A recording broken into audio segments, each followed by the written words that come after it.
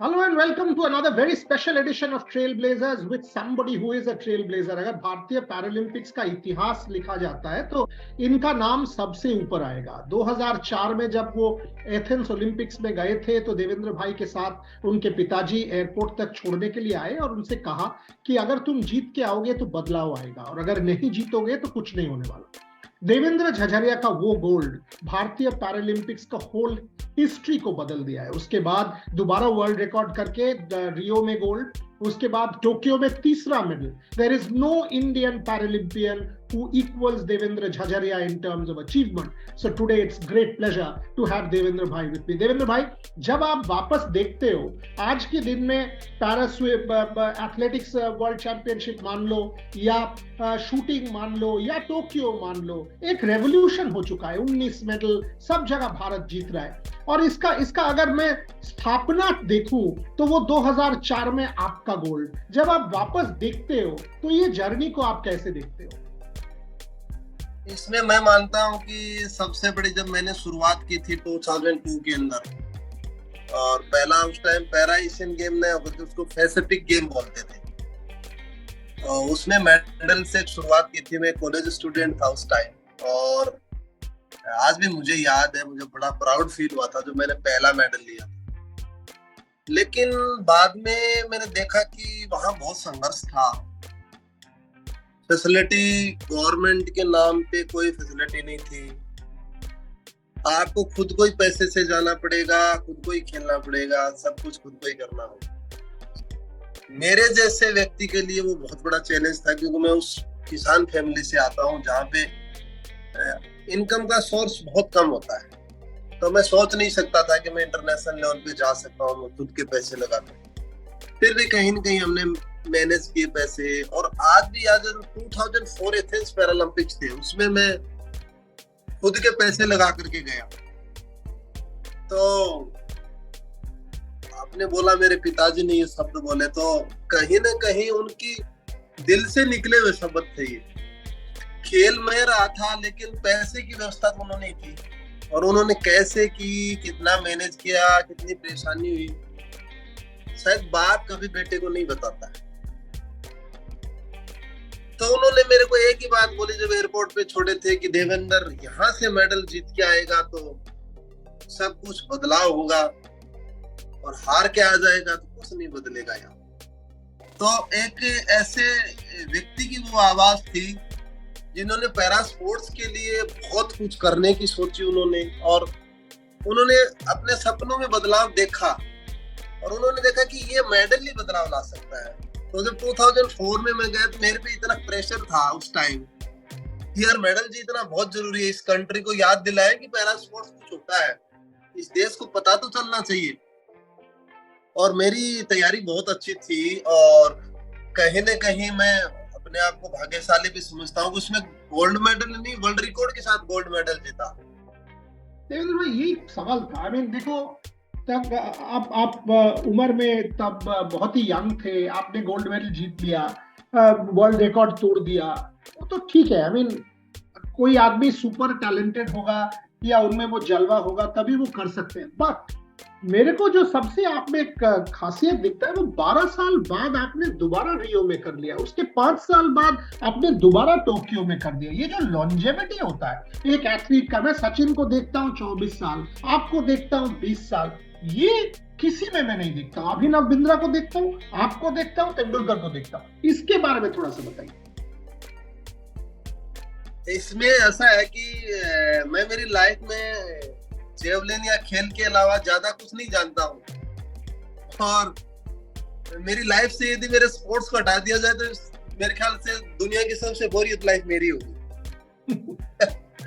तो कहने का मतलब ये मैंने स्पोर्ट्स पे बहुत कॉन्सेंट्रेट किया, और छोटी छोटी चीजों पे मैंने काम किया। स्पोर्ट्स में कैसे मैनेज करना है, इंजरी को कैसे मैनेज करना है। आपको हर दिन मोटिवेट होना है कि मैं अच्छा करूंगा। कई बार आपने जैसे बोला है, विशेष तौर पे रियो 12 साल बाद में, 12 साल में बहुत चेंजिंग आते हैं। कहीं ना कहीं आपको ये देखने लग जाता है कि 35 की उम्र में जा रहे हो आप, अब चैलेंज आपके सामने, 12 साल बाद में इवेंट आ रहा है, तो मेरे ख्याल से उस फील्ड से आप दूर हो जाते हो। नहीं, मेरे साथ ऐसा नहीं था। मेरे साथ सिर्फ मेरे को जेवलिन दिखता था और मैं सोचता था कि कहीं न कहीं मेरे दिल की इच्छा थी कि एक बार मेरा पैरालंपिक में इवेंट और आना चाहिए। अंदर वो रह गया है मेरे अंदर कि मैं एक बार और जीतूं। ये जो 16 में इवेंट आया, मुझे 13 में पता चला, तो 13 से पहले मैं तैयारी तो हमेशा करता था। 13 में वर्ल्ड चैंपियन बना, 14 में एशियन गेम में मेडल लिया, 15 में वर्ल्ड चैंपियनशिप में सिल्वर जीता। लेकिन 16 वाले में कई बार कह रहे थे, जब 13 में मैंने शुरुआत की कि मैं पैरालंपिक की तैयारी कर रहा था, फ्रेंड कह रहे थे कि सच में पार्टिसिपेट करोगे क्या आप? तो एक मेरा बहुत ही क्लोज फ्रेंड था, उसको मैंने बोला पार्टिसिपेट नहीं, मैं उसमें गोल्ड मेडल जीतूंगा, आप देख लो। तो उसे वो थोड़ा सा हंसने लग गया, मुस्कुराने लग गया कि शायद और कॉन्फिडेंस है इनमें। एकदम वो जीत के आए तो उन्होंने कहा, मैं उस दिन ये मान रहा था कि आप में और कॉन्फिडेंस है, ऐसा नहीं हो सकता। टोक्यो की बात करें तो टोक्यो 1 साल आगे जाना और जो कोविड की सिचुएशन देखी, उसको मैं मेरी लाइफ में कभी नहीं भूल सकता। मैं 4 महीने इस कैंपस के अंदर रहा था, गांधीनगर गुजरात में। हमें कोई आवाज आ रही थी तो वो सिर्फ एम्बुलेंस की आवाज आती थी, जो हमारे पास में एक सिविल हॉस्पिटल है, तो आपको वो आवाज डराती थी। हम सिर्फ 2 खिलाड़ी थे यहाँ पे कैंप में और टोटल हम स्टाफ मिला करके, कुक मिला करके हम 10 थे। तो 4 महीने में मैंने 10 व्यक्तियों की शक्ल देखी सिर्फ मेरी लाइफ में। तो वो बहुत बड़ा चैलेंज था। इधर उधर से खबरें भी बुरी आती थी, कोविड एक बहुत बड़ा चैलेंज था। लेकिन कहीं न कहीं बस अपने आप को गेम के प्रति समर्पित रखा, फोकस रखा गेम पे। और कहीं न कहीं टोक्यो में मैं इसलिए मेरा बेस्ट मानता हूँ, क्योंकि हो सकता है मैंने सिल्वर मेडल जीता हो, लेकिन मेरी लाइफ की बेस्ट परफॉर्मेंस थी। मैंने भी वर्ल्ड रिकॉर्ड ब्रेक किया था और श्रीलंका ने भी वर्ल्ड रिकॉर्ड ब्रेक किया था। तो मैंने 40 साल की उम्र में भी मैंने मेरी लाइफ बेस्ट परफॉर्मेंस दी। यार देवेंद्र भाई, यही बात है। आई मीन अभी भी अगर आप सोचो, आप गांधीनगर में हो, अभी भी प्रैक्टिस कर रहे हो, अभी भी आप सोचते रहते हो पेरिस। यार ये कहाँ से आता है ये? आई मीन आपने 2 गोल्ड मेडल जीत लिया, सिल्वर जीत लिया, जितना वर्ल्ड चैंपियनशिप है सब जीत लिया, अभी भी आप में ये है कि हंगर है कि और कुछ करके दिखाओ, पैरा स्पोर्ट के लिए और काम करूं, देश के लिए और काम करूं। ये कहाँ से आता है? अभी तो आप देखो, पैसा आपके पास है, आपके पास नाम है, आपके पास ख्याति है, आपके पास सब कुछ है। सो आप तो आराम से बैठ के लाइफ एंजॉय कर सकते हो। इतना साल आपने इतना मेहनत कर लिया है। बट अभी भी मैं आपको देख के इंस्पायर्ड होता हूँ, सबको इंस्पायर्ड होता है आपको देख के, क्योंकि आप में ये जलवा है। इसके बारे में बताओ। नहीं, मैं यहाँ ग्राउंड में आता हूँ और मुझे यहाँ जूनियर बच्चे जब दिखाई देते हैं डिफरेंटली, कोई व्हील चेयर पे है, कोई ब्लाइंड है, तो कहीं ना कहीं मेरे अंदर एक एनर्जी आती है कि लाइफ में तब मैं याद करता हूँ जो आपने बताया कि 2004 का मेडल कितना इम्पोर्टेंट। मैं उन बच्चों को देखता हूँ तब मैं ये महसूस करता हूँ कि 2004 का मेडल मेरी लाइफ का सबसे इम्पोर्टेंट मेडल था, पैरा स्पोर्ट्स के लिए सबसे इम्पोर्टेंट मेडल था। उन बच्चों को देखता हूँ तो मेरे अंदर एक एनर्जी आती है और पॉजिटिव एनर्जी आती है। मैं सोचता हूँ मैं और ज्यादा कर सकूं इनके लिए, इस खेल को मैं और पॉपुलरिटी दिला सकूं इस देश में।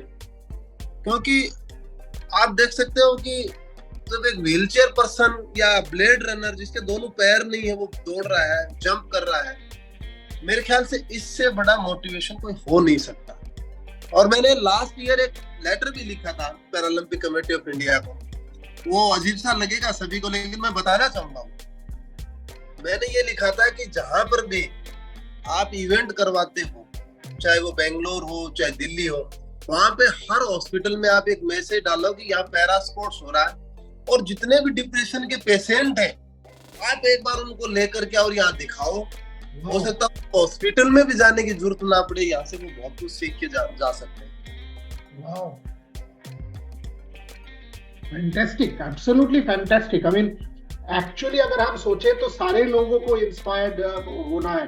देवेंद्र भाई, ये बताओ, वो बदलाव के बाद जो आपका पिताजी ने कहा था वो तो आज दिख रहा है। वो प्राइम मिनिस्टर को आप देखो, हमारे देश में उन्होंने भी सारे पैरा एथलीट्स को एनकरेज किया है। कॉर्पोरेट्स को आप देखो, कॉर्पोरेट सामने आ चुके हैं, स्पोर्ट्स मिनिस्ट्री सामने आ चुका है। ये बदलाव के बाद जो आप करते हो, आज के अगर कोई देवेंद्र झझरिया बनना चाहेगा या कोई बच्चा आके खेलेगा, उसके पास तो सारे फैसिलिटीज है। इसके बारे में थोड़ा बताओ।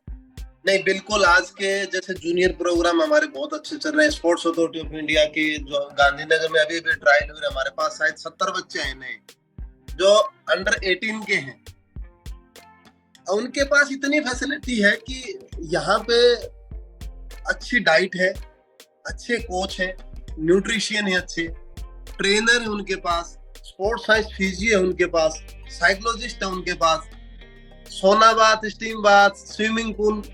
तो मैं कई बार देखता हूँ, मैं सोचता हूँ कि शायद मेरे लिए अच्छा भी है और बुरा भी है। बुरा इसलिए है कि मैं सोचता हूँ कई बार मेरे को उस टाइम नहीं मिली।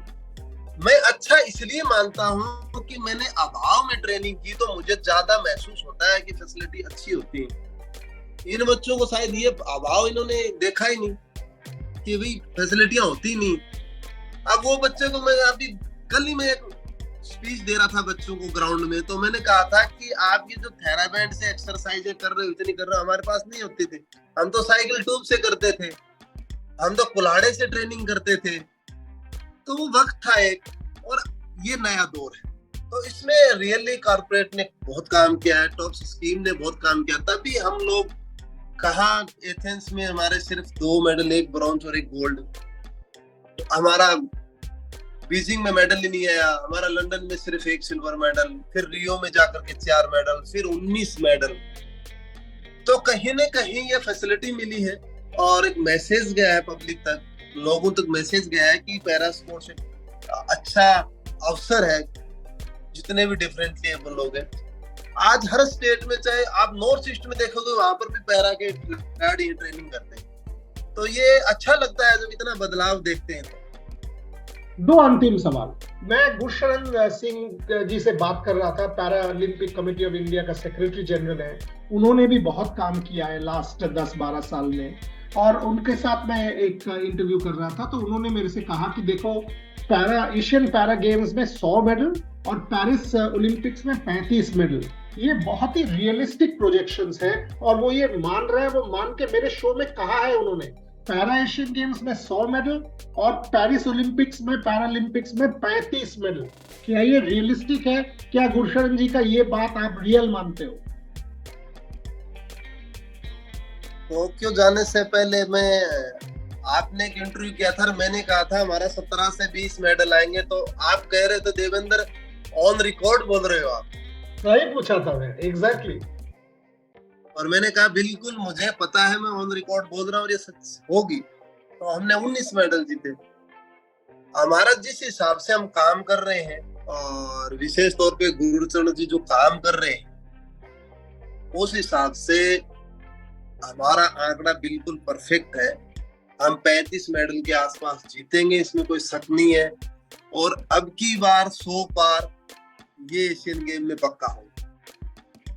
चलो देवेंद्र भाई, ये जो बात आपने कह दिया, मेरा जो हिसाब है, एबल बॉडीड एशियन गेम में 100 मेडल नहीं आएगा। मुझे मानने के, अगर आप पूछोगे आज की दिन में, या मैंने भी होस्ट ब्रॉडकास्टर में ये प्रोमो देखा है अब की बार 100 पार, मुझे लगता है एबल बॉडीड एशियन गेम्स में अगर ये हो गया तो मिरेकल है, और हमसे ज्यादा खुशी किसी को नहीं होगा। मैं ओलंपिक स्पोर्ट्स के लिए इतना काम करता हूँ, मुझे अच्छा लगता है पढ़ने में, काम करने में, शोज करने में। बट मुझे लगता है between 70 and 75 medals is realistic for able body. But for para I think 100 medals is actually realistic, आपने जो कहा और गुरशरण जी ने जो कहा। But Paris Olympics 35 medal from 19 अगर आ गया तो वो एक रेवोल्यूशन हो जाएगा, एक्चुअल रेवोल्यूशन हो जाएगा। सबसे इंपॉर्टेंट क्या जानते हो देवेंद्र भाई? समाज में एक परिवर्तन आएगा। माने आप लोग एलिट एथलीट हो वो अलग बात है, बट रास्ता में कोई अगर स्पेशली एबल्ड या डिसेबल्ड या कोई भी किसी का कुछ है, उनको हम एक अलग सम्मान से देखेंगे कि देखो ये भारतीय सोसाइटी बदल चुका है। क्या वो हो सकता है देवेंद्र झगड़िया? Last question. नहीं, बिल्कुल होगा। हमारे 35 मेडल आएंगे तो कहीं ना कहीं दुनिया में हम ये मानेंगे कि हम फाइट में हैं, यानी वर्ल्ड में हम स्पोर्ट्स, पैरा स्पोर्ट्स में बिल्कुल फाइट में है। हम काफी यूरोपीय कंट्रियों से आगे निकल जाएंगे मेडल टैली में। 35 मेडल के साथ हम एक मेडल टैली में बहुत अच्छी पोजीशन में आएंगे हम। और आईपीसी ने भी ये माना है कि भारत बढ़ता, पैरा स्पोर्ट्स में सबसे बढ़ता हुआ कंट्री है। तो हम आगे बढ़ रहे हैं। एथलेटिक्स तो हमारा है ही है, उसके साथ हम शूटिंग, बैडमिंटन, टीटी, अदर गेमों पे हम पैरा स्पोर्ट्स में जैसे पावर लिफ्टिंग, अब हम इन पे भी फोकस कर रहे हैं कि पूरा का पूरा ध्यान हम 35 मेडल लेना है, तो ऑफकोर्स हम एथलेटिक्स में नहीं ले पाएंगे इतने मेडल। एथलेटिक्स में हम 8 की बजाय हम 10 कर देंगे मेडल, लेकिन 35 के लिए हम आर्चरी ऐसे गेमों पे हम बहुत ध्यान दे रहे हैं। तो इसलिए हम कॉन्फिडेंस के साथ बोल रहे हैं कि हमारे 35 मेडल आएंगे, और 35 मेडल आएंगे तो डेफिनेटली हमारे बहुत बड़ा सोसाइटी में बदलाव आएगा।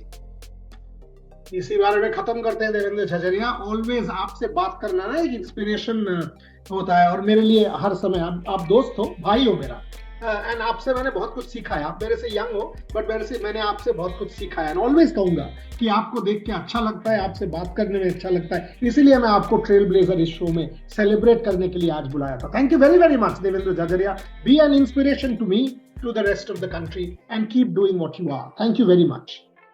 Thank you.